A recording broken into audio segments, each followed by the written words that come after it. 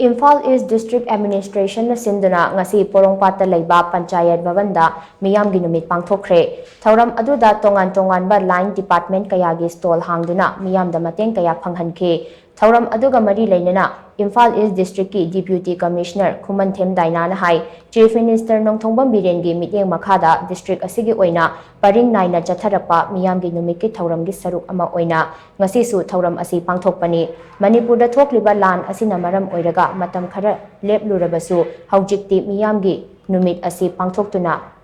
Laingaki makhada leiba department kayana piriba kanabasing miyamda yauhannaba hotnari thauram asida tongan ba department kuntra henbana saruk yari hainasu mahakna makhat tana phondokhe miyamgi numit akogi people's day se hanadagi shahona honorable chief minister gi supervision makhada tha khudingi tawraga lakchabani dubu mamangda May 2023 dagi khara 2023 dagi khara le pureba 2000 amukana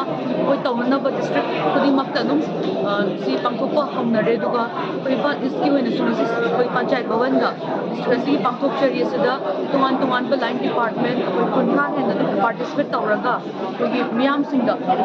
kanaba athuba no yamna hena oi convenience period of public service delivery hena gi panam tawjabani maru and social welfare department da welfare schemes kaya murum gi benefits enroll tawna bagi like distribute tawjabani duga even health card ki 70 years above na chimbagi health card same bagi rongjaba digi PM Vishwakarma scheme gi makhada